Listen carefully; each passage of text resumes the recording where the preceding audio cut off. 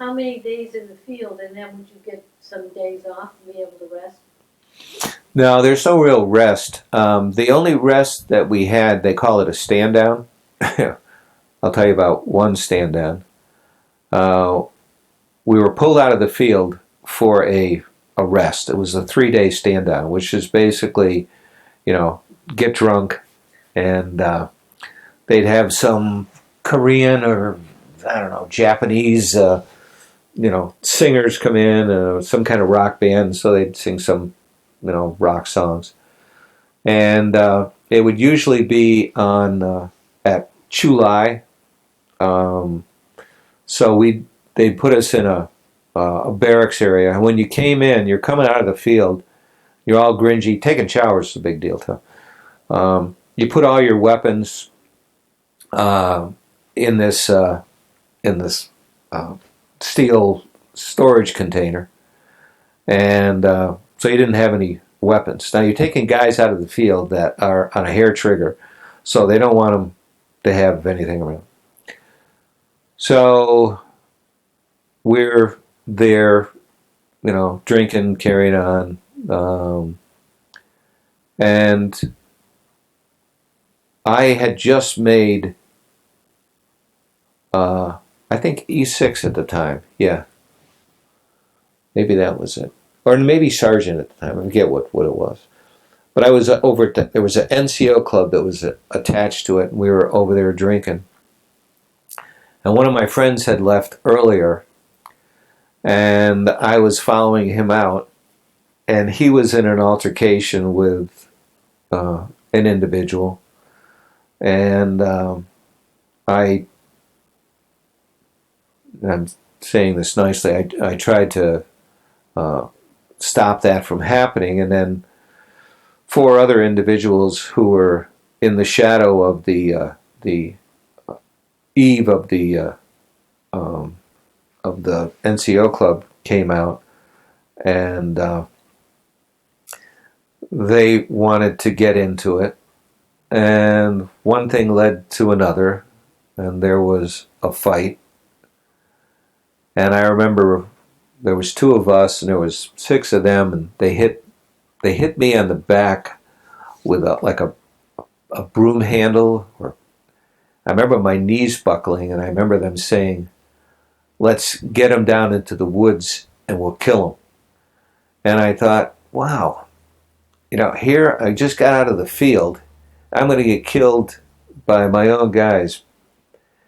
And fortunately, somebody saw this, and my squad, they came out, and that was quote unquote put to an end. So my lieutenant came out, and he took care of some things and separated stuff, and we went back in to the barracks area that we were, and I don't know, started watching skin flicks, I think, and drinking some more. And lo and behold, we get automatic weapons fire into our barracks from our own soldiers. Now, this becomes the situation between rear echelon guys that are back in these safe locations and combat guys, because now you've got all the platoon has gone berserk trying to get into the weapons cache because they've been fired upon by their own guys, and they're rear echelon guys. So they're, in our opinion, they're chickens. So when you think about war sometimes in these actions, you've got a lot of very volatile people, and managing these scenarios it's not a simple task.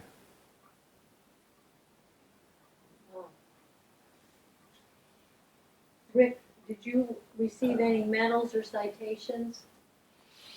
When I left country, they gave me a Bronze Star for meritorious service. And why did you get that? I really don't know.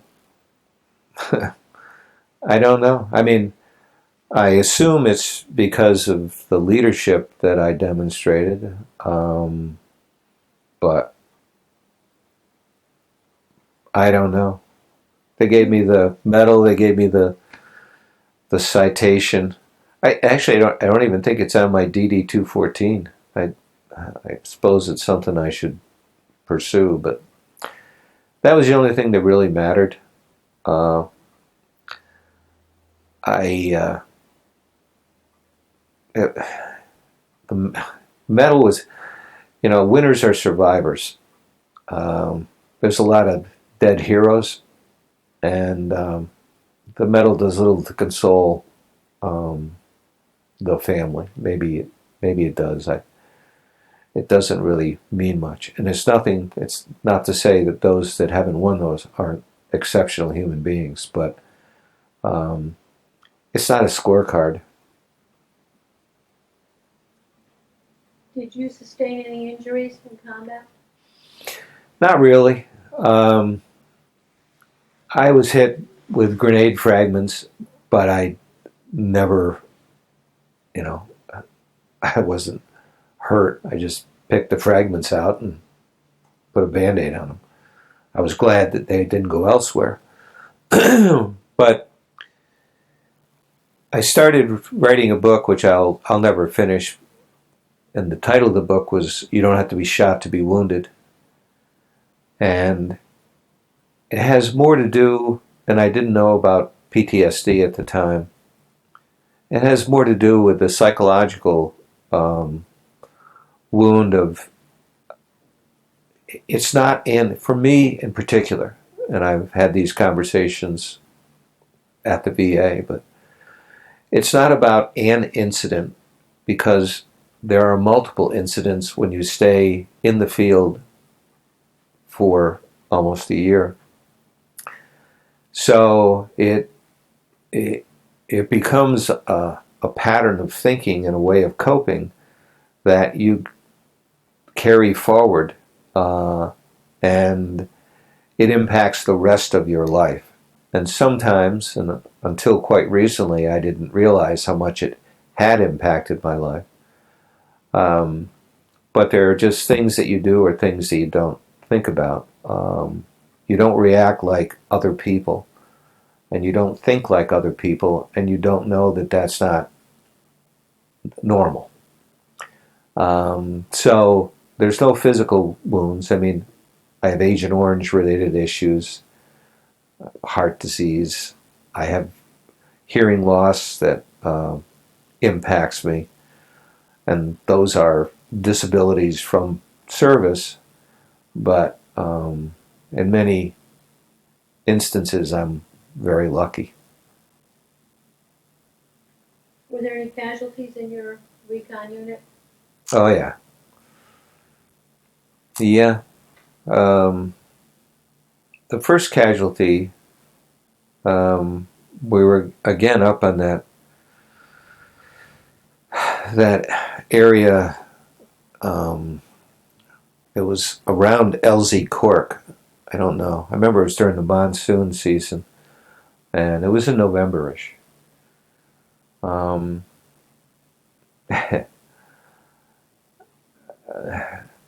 and we had been resupplied after climbing up this mountain that was all wet and mushy, and but we had climbed up this mountain, and we'd been resupplied. And at that time, I guess our parents and girlfriends and wives were told, send Christmas stuff early because you don't know how long it's going to take. So this was in November before Thanksgiving, and we were getting Christmas trees and cookies and all that kind of stuff. And when the chopper comes in and drops off mail, they don't know what they're dropping off, but there were cookies and little Christmas trees and ornaments and all kinds of stuff. And we're in the middle of the jungle. I mean, it's just, it's just very unusual. So one of the guys that I was in my squad and I were at location, And a kid who was new in country, we just knew him as Bear, he came over and he knew that my friend was going to go in on the next chopper because of he had jungle rot on his feet. And so he dropped off a letter, and we kind of noticed that he didn't have his weapon with him. Again, he's a new guy. It goes back to the things you don't know. Me having my weapon on safe, you just don't know these things. And when I say, I mean, we were in the jungle at these different, 2 and 3 man locations, so that's all you really know. You don't know where everyone is at. But this guy went outside the perimeter to go to the bathroom without his weapon, looking back at the perimeter rather than out where the bad guys might be. And he got shot in the back of the head. And I remember, and this is actually one that Dave and I, because we were at different in different positions on this same incident, they went and got him, and I remember them pulling his body down right next to me and my friend, and just his pants were around his ankles, and they were dragging him down with his head blown off, the back of his head blown off, and then they left him in the field that was below where we were, which is where the chopper was able to come in. And we pulled back from that location to below where his body was and below where the chopper had been resupplied. And we set up down there. And then when it got to be dark, they called our platoon and told us we were going to go, or our squad, that we were going to go back up and we were going to ambush at the place where we were just at. And so there was only 4 of us, and the 4 of us went back through this open field back up to the area where we had been resupplied at, and we set out an ambush there. And I remember how cold it was, because when you're constantly getting rained on, your body is shivering. And I was there all night just kind of staring out and listening to the rain hit the ornaments and the tins and just making an unusual sound that if you're in a quiet place, especially in a jungle where this is not normal, it kind of gives away your position. You got all this racket going on. And it started to get towards dusk, and I'm looking out in front of me, and I see this dink with a weapon that is walking, maybe 20 feet in front, and there's a downed tree there. And I have my weapon, and I said to myself that I've either got to shoot this guy right now, or the next time I'm going to be able to shoot him, he's going to be like 2 feet away from me because I can't see anything between here and there. So I fire the first round and my weapon jams. So I eject the shell and I can't see him now, so I'm not firing, but the other, one of the squad leader is actually firing. And then the guys that are down below where the body is and below the field, they start, coming up because they're trying to figure out what's going on. Well, I'll fast forward here, but the long and the short of it is I didn't hit this guy. I ended up walking point back until we got back on LZ Cork. And when I got back there, and this is after taking sniper fire as we kind of wind our way back there through an NVA base camp and some other stuff, but we got back to the LZ, And this goes back to sometimes you're lucky, and when your time is up, your time is up. I went and said I better test fire this weapon, and my weapon wouldn't fire again. And then I took it apart and realized that the firing pin was broken. So had I waited for that guy to get close to me, I would have had one shot, and Lord knows how many others were there. That would have been interesting. And walking point, if I'd made contact, I couldn't have shot. My weapon was no good anyways. So somebody was looking out for me. And, your time's up, your time's up. Sometimes you're walking around lucky and you don't even know it. What was your weapon? What did you use for a gun? I used an M16 for a portion, but I didn't like it because I would shoot people and they wouldn't fall. It seemed like I wasn't getting the kill that I wanted, so I switched to an M14, and I carried that for probably the last 6 months in country. It just became a better weapon for me. Did you have your choice? Could you choose which weapon you wanted to use, or was it issued? The M16 was issued, and I had an opportunity to get an M14, and I got it. The only requirement there is that I had friends in my squad that would help me find magazines for it, and then I had to take apart, because the M16 machine gun has the same 7.62 caliber bullet.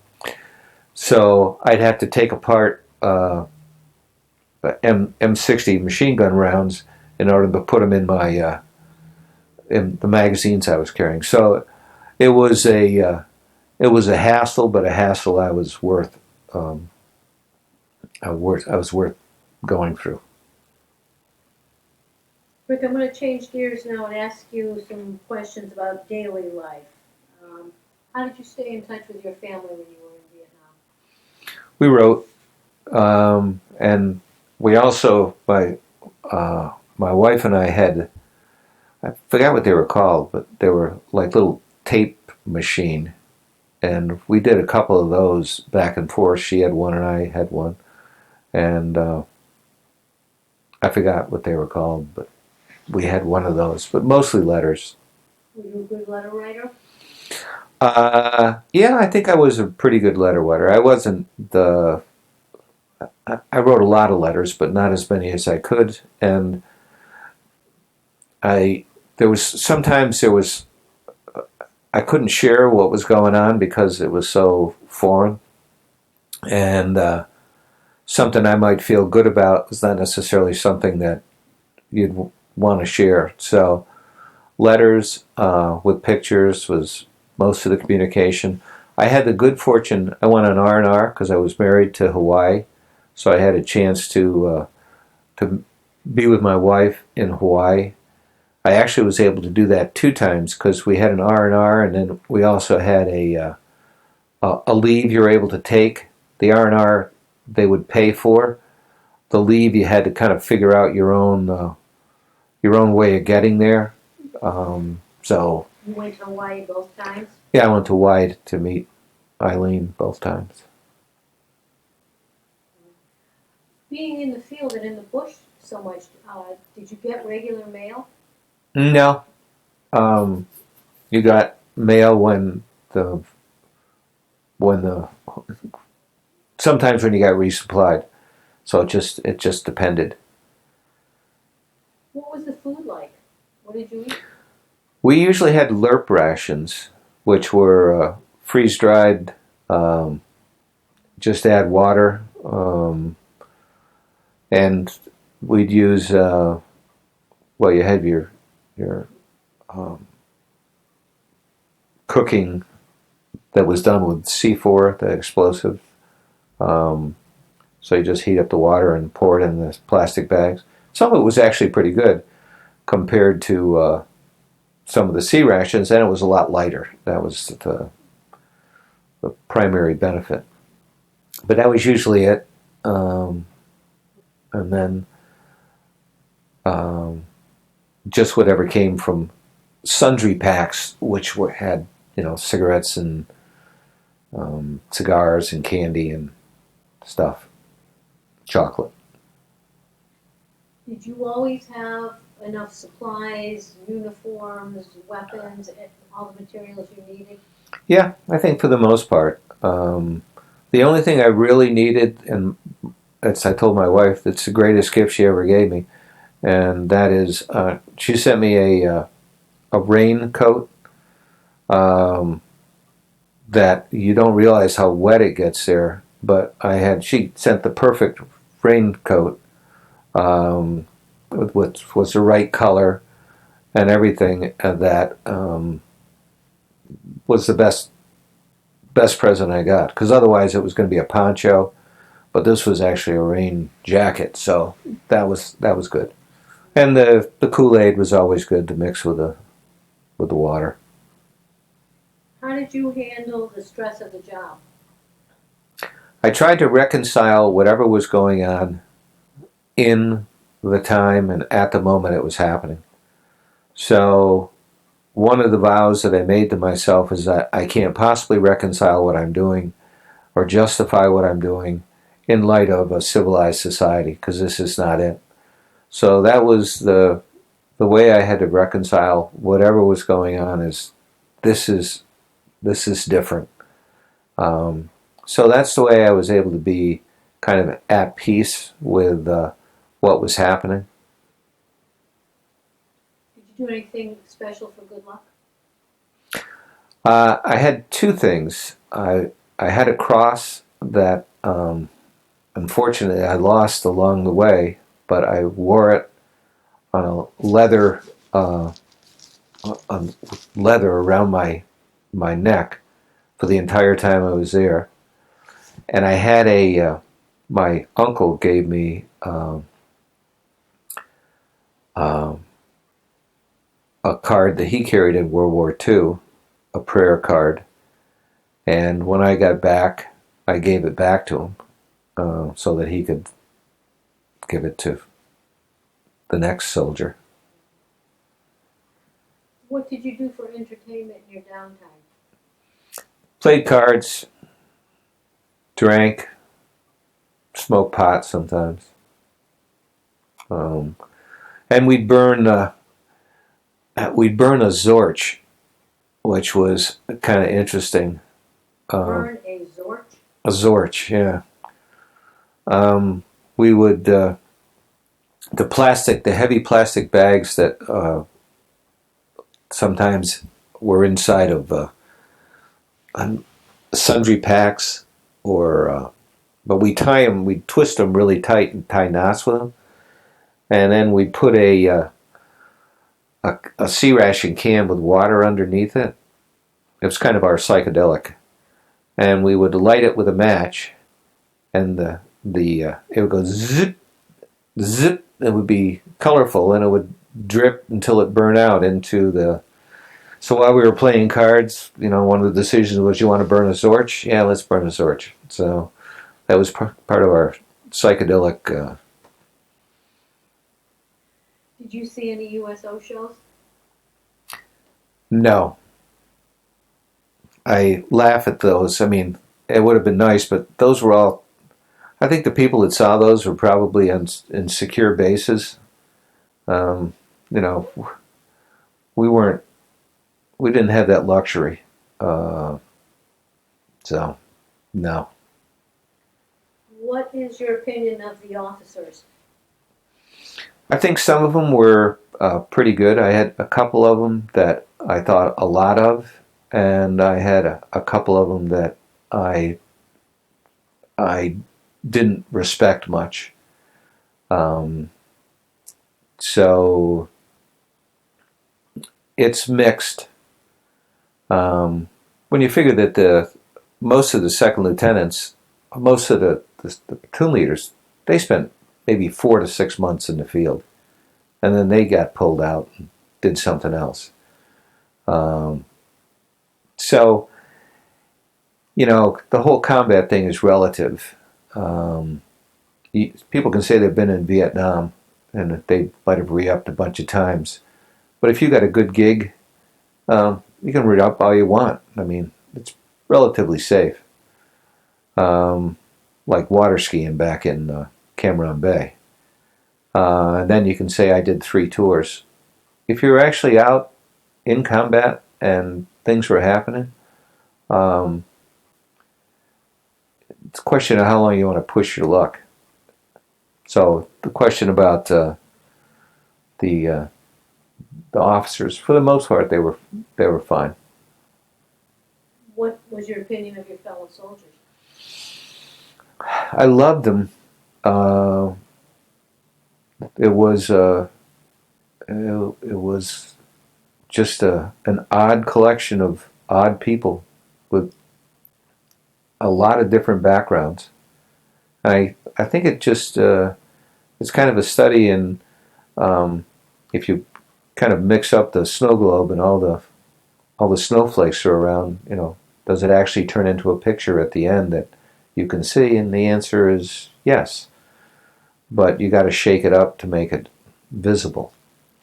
And I think there are some absolutely fantastic, wonderful folks, and there were some lunatics, and we all figured out a way to, kind of like being in prison. You got to figure out what your place is and when to push and when not to push and when to win and when to lose, and you never know sometimes who's going to step up when things really matter. It's very surprising to me that if you look physically at people and say that guy is going to do this and that guy's going to do that, it has very little to do with physical and everything to do with your mental and spiritual makeup. What's the right thing to do? And that was an interesting study in people. Did you form any close relationships? Not really. I mean, I had friends, but I think that was one of the side effects that I have struggled with my whole life since coming back from Vietnam, is developing a close relationship with anyone, because it's so tenuous, and not wanting to feel the pain of not having that connection, everything was a little bit at arm's length. Have you stayed in touch with any of the guys in Vietnam? Only a couple. I actually ran into, and by stayed in touch with, we might have communicated 3 times, but I was down in Florida standing in line at Busch Gardens and ran into one of my friends and his wife and his kids. And so we met afterwards and talked a little bit, and we sent Christmas cards back and forth. But it's like, what do you talk about? I mean, it's not like a pleasant thing to talk about. And there was another individual here in Connecticut that I reconnected with, and he was in my squad for a long time. But it was just different. Wartime relationships and everyday relationships are not the same thing. And then I've had recently an individual who I have enjoyed reconnecting with, primarily because they went on with their lives. It wasn't all about what happened there. And it makes it easier. Again, back to the fact that the curse and the blessing is that I was able to compartmentalize what went on and go on with the life, and not have it constantly in the forefront of my mind, versus dwelling on it. And I can empathize with folks that dwell on it. And I think it's something I'm trying to do now, and that's part of why I'm doing this, is to actually talk about what happened and not just not say anything. After your months in the field, you said that you went back to the headquarters company for the last month and a half. Was that because you were short time? Was that a Yeah. difficult move to do? Yeah, yeah. It's you kind of get to the point where you're pushing your luck, and after you've been in as many firefights as I had been in, it just gets to a point where you know you don't know when the next one's going to be your last one. And so when I got that opportunity, and my platoon leader helped me get the job in S2, then I figured that was part of a reward for a job well done, because I helped him, he helped me. Do you recall your last days in Vietnam? Yeah, I do. I remember, unfortunately, lying on a barracks floor, because I don't think they had any cots, and I got bit on my eardrum by a fire ant. And then that was very painful. And I thought, going back to what I told you initially about the leeches, I'm thinking, yeah, coming in, going out, they're going to, kind of leave their mark on me. That it's not about the guns and the explosives. It's also about the environment. But then I came back home, and I was, I met my wife, met me at the airport. We spent the night in a hotel before we went back to see her. And I flew into Albany, and her parents lived there. Her father was a World War II veteran. He got hit with a mortar. His leg was pretty bad off, and he's a very stoic individual. And he worked actually for the Watervliet Arsenal, so he was in government service his whole life. But I remember him, because we got to his house early in the morning, and he was there with a white T-shirt on, and he just hugged me with the greatest hug that I've ever received, and it's like he knew, and he was keeping track of me. He was an advocate of reading the New York Times every day and watching the news. So he knew what was going on, but he wasn't sharing it with my wife. And so that was good. So, and then we went up to see my parents that afternoon.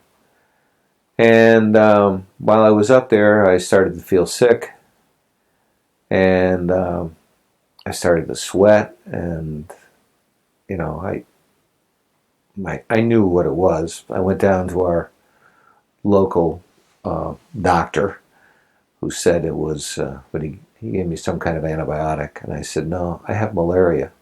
No, you don't have malaria. So just take these antibiotics, which I did, tetracycline, and so it gave me. I went back to my wife's house and continued to be in this cycle of feeling okay and sweating like crazy and have a fever and all that kind of stuff.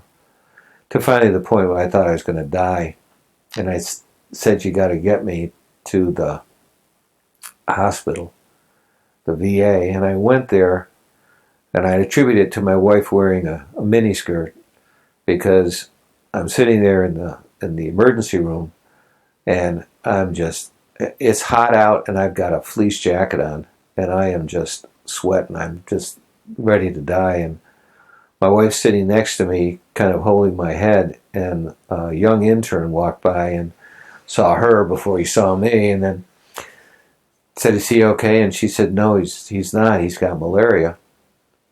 And he took me right in. They did the diagnosis. It's kind of nice because I had a private room at the VA, and I had all the as they worked through the malaria protocol, and so I spent, I don't know, a couple of weeks in the VA as they tried to get my spleen back in line, and and then if I had been smart, which I wasn't very smart. The good news is I had the opportunity to watch the New York Mets win the World Series back in '69 while I was in the VA hospital. So I got to watch the games because my wife brought me in this little TV set, and I was like the envy of the VA because I had a TV set in my room because they thought I was contagious or something, malaria. So I got to watch the World Series, and then the doctor came in and told me that if I wanted to do the rest of my service, they would have me transferred to finish it out there. And we'd already rented a place down at Fort Benning, Georgia, and I said, no, I can't do that. We have to. I have to go and serve my last 5 months down there. So that's what I did after the malaria was squared away. Did your wife join you at Fort Benning? Yeah, she and I drove down. We put our little goodies in a U-Haul and drove to Fort Benning. How did it feel to be back in America after? It felt good. It felt like things were, like back to normal. I, if it hadn't been for my wife, things would have been a lot different. But the fact that I was turning the page, the fact that I was, as I mentioned before, reconciling what went on at the time it went on, I wasn't carrying that baggage knowingly in my head. And so the weird part was going to Fort Benning and then my job down there as an E6. And now I'm an E6 only because that was in combat. I knew how to do that stuff. But left, right, left, formation, I don't know any of that junk. And I'm thinking, holy mackerel, I just got to get through this because I can't be like a real E6 because I haven't been trained to be a real E6. What were your duties? Were you supposed to be training guys in left, right? Yeah. Well, that was part of the formation. Actually, my duty was I was in charge of a platoon that did problems. And what problems were is these were all Vietnam veterans who were serving out the last months. And we were the aggressors for NCO candidates and OCS candidates to get a sense about what it's like to be in Vietnam. So we were the Viet Cong, and so we went out. And now I've got guys that have actually been in combat that you're trying to not have with blanks them hurt somebody who they've been trained to do, that are just supposed to bang bang shoot them up so that these other folks get a sense of it. And the other part was trying to get these guys out of their barracks in the morning. They pulled knives on me. They didn't want to be woke up. They all, now you think of it, a lot of them had PTSD, and they're freaking out. And I'm saying, listen, I don't care whether you come or you don't come.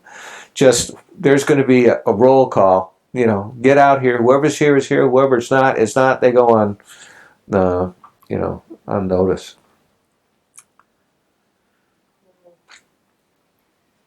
You were discharged right from Fort Benning then?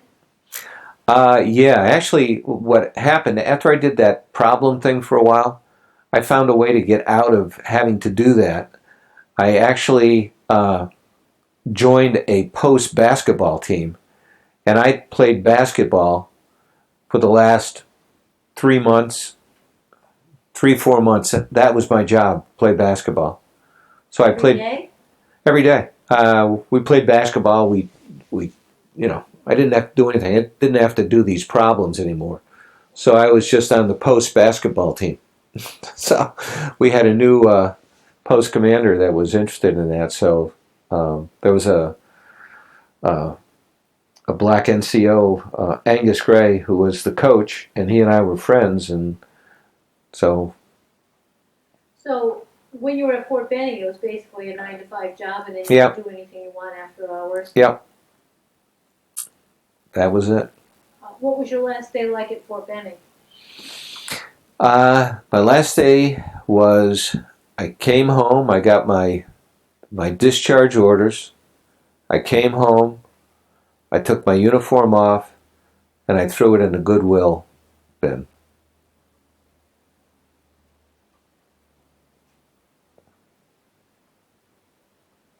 And what did you do after that? I drove peacefully home with my wife.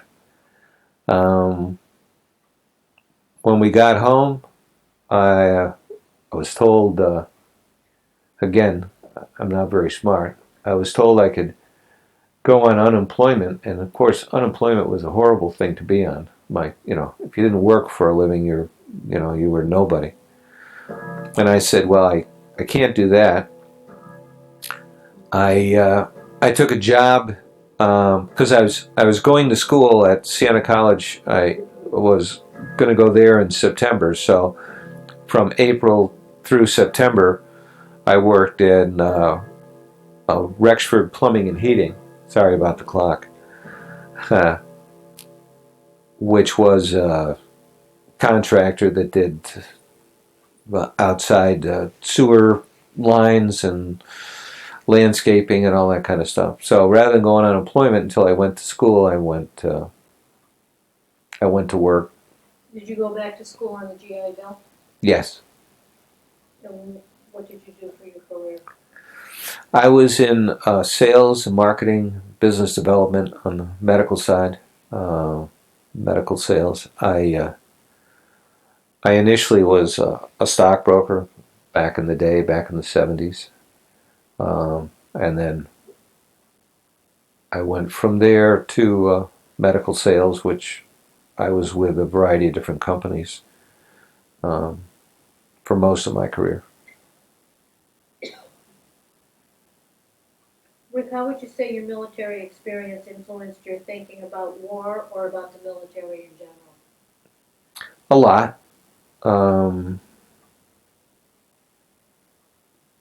I think I think it gives me a strong opinion on wars in general, and when you look, I mentioned to you the socioeconomic impact of who actually fights the wars and the expendability of those people. I'm a little hardened with what's going on today because in a volunteer army, again, this is just my opinion, but I think there's a lot of grandstanding that's going on about how much we're helping veterans, wounded warrior programs, all kind of job capability. And I personally see it as a way of marketing to encourage other young men to go do this again, like they'll be taken care of when it's all over. And, without having folks willing to do that, it's difficult. Without folks seeing that and being willing to make the sacrifice, it's difficult to enlist anybody to go. So for me, I think it was because I survived, it was a great experience. I wouldn't be as successful as I was without it. I carry the baggage of that success, but I knew with great confidence that no one had seen what I had seen or done what I have done or experienced decision making at its absolute zenith. Because when you're making decisions of life and death at such a young age, it carries forward with you on the decisiveness that you need to have and how you weigh the factors. So in business, I was able to do things and accomplish things simply because I was willing to make a decision, right or wrong, and stand by it. There's a lot of waffling that goes on, especially in business. No one wants to be wrong, so there's a lot of people that aren't right. Did you join any veterans organizations? I started the Vietnam Veterans of America Adirondack chapter back back in the 70s sometime. But then I moved away, and I never connected really with veterans organizations because I didn't really feel like a quote unquote veteran. I felt like I was a hired gun, and I did what I did, and like I said, I wasn't necessarily the military profile. And so I did what I did, and I didn't think anyone would appreciate what I did because my skills weren't necessarily visually transferable. So, Have you attended any reunions? no.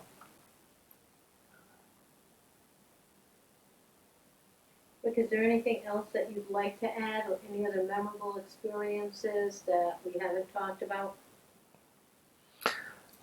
There are other things that occurred. Like I was saying, I can't talk about all of them, but I think the things that I came away with is until you're in a wartime experience, you can't understand the depths of man's inhumanity to man. And when folks tell me I could never do that, I know full well that anyone is capable of anything at any time. Um, so it's an easy thing to say if you hadn't been put in that environment, and it's much different if you have had to make that choice. So, Were there any other incidents that you wanted to talk about? um, no, not really. There are a lot of other things that occurred along the way, and a lot of For other. example, tell me a couple.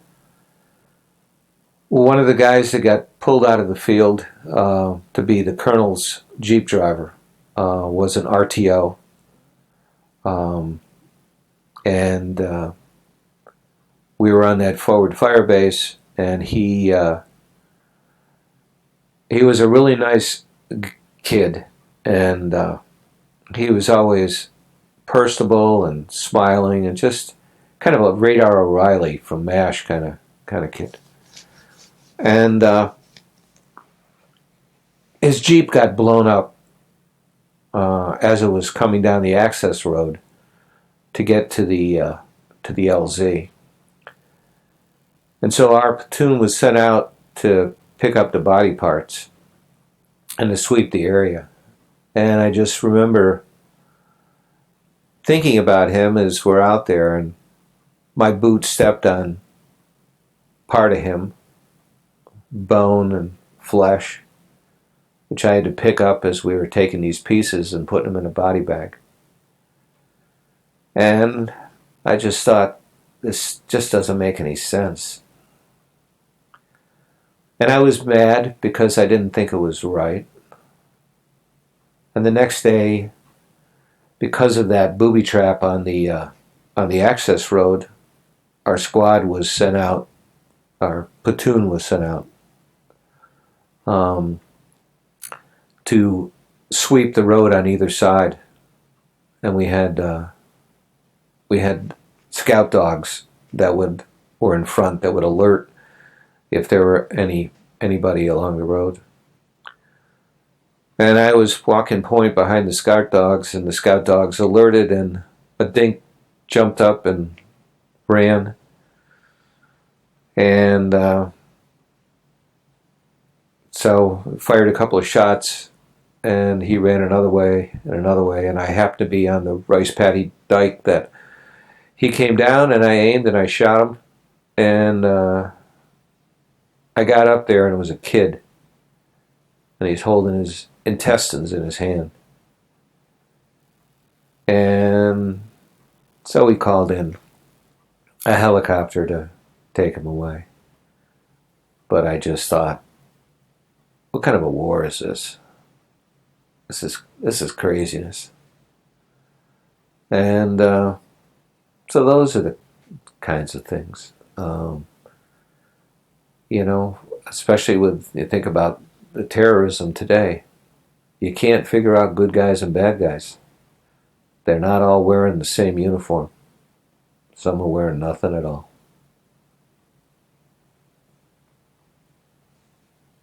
Are there any other memorable experiences you want to add? No, I think that's it. Well, Rick, I'd like to thank you for your service to our country and thank you for sharing your story. Thank you.